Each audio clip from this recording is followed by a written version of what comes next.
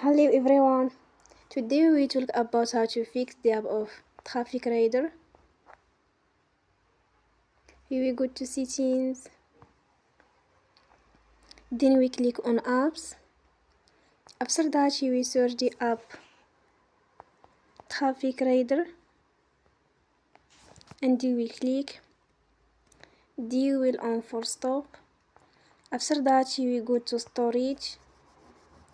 Then we click on clear cache. In the end, you will turn your Wi-Fi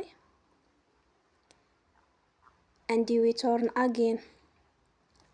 Don't forget to support us by like and subscribe. See you next time and thank you for watching.